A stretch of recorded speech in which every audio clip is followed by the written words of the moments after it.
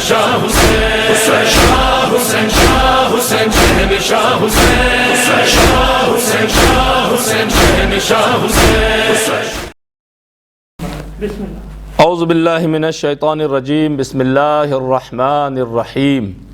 الحمد للہ الذی ہدانا وما كنا لنہتدی لولا ان ہدانا اللہ والصلاة والسلام علی رسول الکریم خاتم النبیین و سید المرسلین اللہم صلی علی محمد وعلی اطرتہ الطیبین الطاہرین المعصومین المظلومین لا سیما بقیت اللہ فی الارضین صاحب العصر والزمان اجل اللہ تعالی فرجہ الشریف.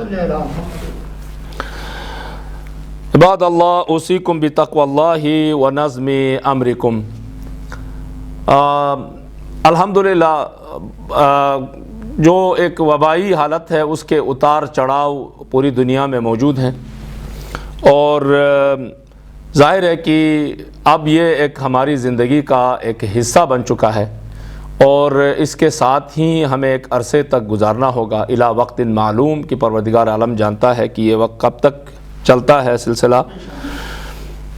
اور ہمیں سیکھنا ہوگا کہ ایک ایسی بیماری اور وبا اور وائرس اور جراثیم کے ساتھ کس طرح زندگی گزارنا ہے. اس کا طور طریقہ تقریباً ٹریننگ ہو چکی ہے دنیا میں انسانوں کی، لیکن اب بھی اگر کوئی انسان متوجہ نہیں ہے تو اسے توجہ کرنی چاہیے کہ اسے ہمیشہ یہ یاد رکھنا چاہیے کہ وہ اکیلا نہیں ہے، اس کے ساتھ ایک خطرناک اس کا جسمانی دشمن کورونا یا کووڈ-19. اب تو اس کے کتنے شکلیں اور آ گئی ہیں. انگریزی وائرس کے نام سے آ گیا ہے، افریقن وائرس کے نام سے آیا، بریزیلین وائرس کے نام سے آیا ہے. یعنی ہے وہی چیز لیکن وہ اپنے وجود کے اندر تبدیلیاں لا رہا ہے، ترقی کر رہا ہے. میڈیکل جو ایکسپرٹ ہیں اور ماہرین ہیں ان کا کہنا ہے جو یہ ماحول اور وہاں کے تقاضوں کے حساب سے اپنے اندر تبدیلیاں لا رہا ہے، تو اس کی جو منفی اثرات ہیں، اس کے جو مبتلا کرنے کے انسانوں کو جو تیزی ہے، رفتار ہے، اس میں اضافہ بھی ہو رہا ہے. ساتھ ساتھ تیزی کے ساتھ پھیلاؤ ہوتا ہے، زیادہ جو ہے خطرناک حالت میں سامنے آ رہا ہے. جوانوں کو بھی اب نشانہ بنانے لگ گیا. پہلے یہ تھا کہ شروع میں کہا گیا تھا جی کہ یہ زیادہ جوانوں کو ہو تو بھی اگر اثر نہیں کرتا، لیکن جوان احتیاط کریں، بچے احتیاط کریں، اس لیے کہ وہ کیریئر بن جاتے ہیں. مطلب اگر کسی جوان کو وائرس لگے تو خود جوان کو کچھ نہ ہو لیکن وہ ظاہر ہے گھر والوں سے ملتا ہے، دوسروں سے ملتا ہے، تو اس کے پاس موجود وائرس دوسروں میں ٹرانسفر ہوتا ہے. جو پہلے سے مسائل کا شکار ہوں، زیادہ عمر کے ہوں، تو ان کے لیے زیادہ نقصان دہ ہے. اب جو وائرس آ رہے ہیں جو ماہرین ہیں ان کا کہنا ہے کہ یہ جوانوں کو بھی بہت زیادہ متاثر کر رہا ہے. لہٰذا ہمیں کرنا کیا ہے؟ ہمارے لیے جو اہم ترین چیز ہے وہ احتیاطی تدابیر پر عمل درآمد کرنا ہے، خاص کر اجتماعات میں، خاص کر دوسروں سے ملاقات کرتے وقت. وزارت صحت اور اسی طرح جو سرکاری ادارے ہیں وہ جو ہدایات ہمیں دیتے ہیں، جو گائیڈ لائن ہمیں دیتے ہیں، اس کو مذاق میں نہیں لینا چاہیے، سنجیدہ لینا چاہیے، سیریس لینا چاہیے اور واقعاً سیریسلی اس کے اوپر عمل درآمد کرنی چاہیے. یہ ضرورت ہے. ہماری شرع بھی اسی پر حکم کرتی ہے. آپ دیکھیں تمام جو ہوئے کہ عالم اسلام کے جتنے بھی علماء، فقہاء، وہ مجتہدین و آیت اللہ ہیں، ان سب بزرگوں نے اسی بات کی طرف رہنمائی کی ہے کہ آپ جو ہے اس مسئلے کے اندر جو ماہرین ہیں، خاص کر صحت سے ریلیٹڈ ماہرین ہیں، میڈیکل کی دنیا کے ہیں، ڈاکٹر حضرات ہیں، سرکاری جو صحت کا شعبہ ہے، خود حکومت کے جو ذمہ داران ہیں اس کے اندر، ان کی ہدایات پر عمل درآمد کریں. یہ بہت ہی اہم ہے.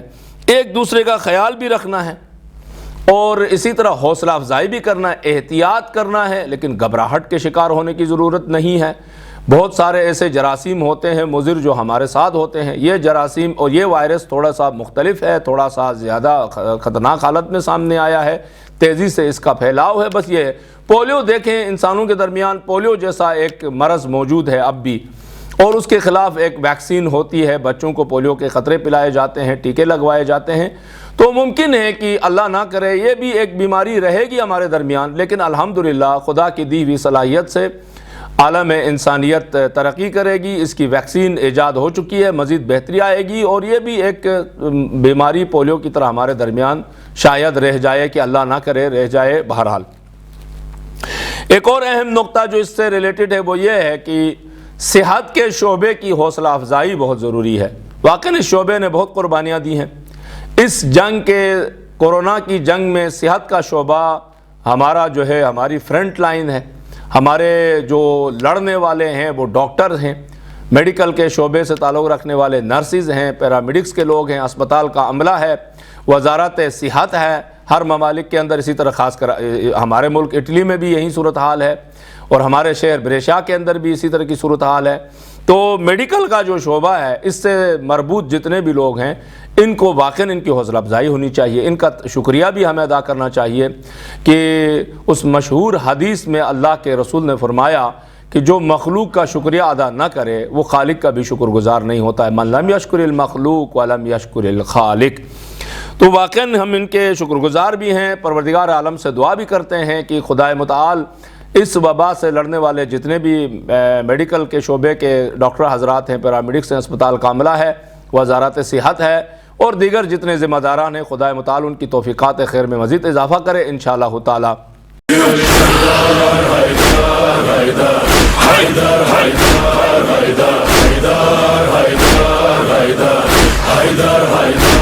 حیدر